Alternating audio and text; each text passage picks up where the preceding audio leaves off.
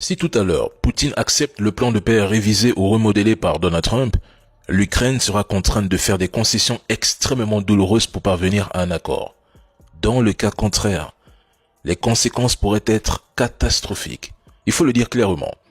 Kiev et l'OTAN ont perdu cette guerre et Donald Trump refuse d'en assumer le poids politique. Pour lui, une seule priorité compte aujourd'hui. Mettre fin aux hostilités afin d'ouvrir le plus vite possible la voie à de vastes accords commerciaux avec Moscou. L'objectif de Donald Trump est de transformer la Russie en partenaire économique privilégié des États-Unis. Cela inclut l'accès aux terres rares, l'exploitation commune du pétrole et du gaz dans l'Arctique, mais aussi les bénéfices colossaux que les entreprises américaines pourraient engranger dans la future reconstruction de l'Ukraine. Poutine, lui, adoptera un ton conciliant. Il ne sera pas le méchant de l'histoire. Il demandera simplement des clarifications sur certains points et exigeant peut-être de nouveaux échanges.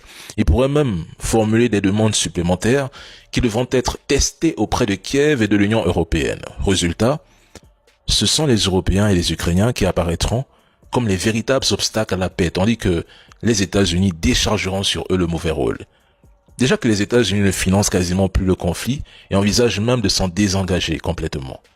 Si l'Ukraine refuse toute concession, ce scénario signifierait une prolongation douloureuse de la guerre avec pour résultat instabilité interne, épuisement militaire économique avec un risque de perte de territoire. Ce qui se joue aujourd'hui, c'est la capitulation de l'Ukraine. C'est la 100e fois que je le répète, c'est la capitulation de l'Ukraine, rien de plus.